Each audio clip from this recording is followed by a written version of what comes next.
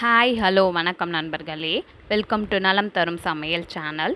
இன்றைக்கி நம்ம சிகப்பரிசி ஆப்பம் எப்படி பண்ணுறதுன்னு தான் பார்க்க போகிறோம். அதுக்கு நான் 2 அழாக்கு சிகப்பரிசி, 2 அழாக்கு இட்லி அரிசி, அரை அழாக்கு உளுந்து, 1 ஸ்பூன் வெந்தயம் போட்டு ஊற வச்சுருக்கேன் 4 மணி நேரம். இது 5லேருந்து 6 பேர் சாப்பிடலாம். உங்களுக்கு எக்ஸ்ட்ரா மாவு தேவைன்னா இன்னும் ரேஷன் அதுக்கேற்ற மாதிரி மாற்றி நம்ம ஊற வச்சுக்க வேண்டியது தான்.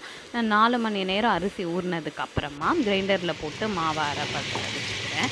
நான் பார்த்திங்கன்னா மாவு அரைக்கிறப்பவே கல்லுப்பு சேர்த்துக்கிறேன். சில பேர் பார்த்திங்கன்னா அரைச்சதுக்கப்புறமா உப்பை கை போட்டு கலக்குவாங்க. பட் நான் அரைக்கிறப்பவே எப்போவுமே உப்பு ஆட் பண்ணிவிடுவேன்.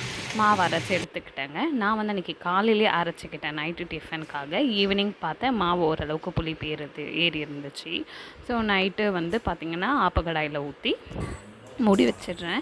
இந்த சிகப்பரிசி பார்த்திங்கன்னா டயபெட்டிஸ் பேஷண்ட்ஸ்க்கு ரொம்பவே நல்லது. கிட்னி ப்ராப்ளத்துக்கும் ரொம்ப நல்லது. கேன்சர் செல்ஸ்க்கு ஆப்போசிட்டாகவும் ஃபைட் பண்ணுங்க.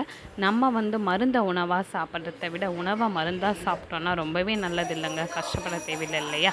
நீங்களும் ட்ரை பண்ணி பாருங்கள். அவ்வளோதாங்க, ஆப்பம் ரெடி ஆகிடுச்சு. இதுக்கு நீங்கள் வடகறி, குருமா இல்லைன்னா தேங்காய் பால் எது வேணாலும் சைட் டிஷ்ஷாக வச்சு சாப்பிடலாம். ரொம்பவே சூப்பராக இருக்கும். ட்ரை பண்ணி பாருங்கள். உங்களுக்கு இந்த சேனல் பிடிச்சிருந்தா லைக் பண்ணுங்கள், ஷேர் பண்ணுங்கள், சப்ஸ்கிரைப் பண்ணுங்கள். தேங்க்ஸ்.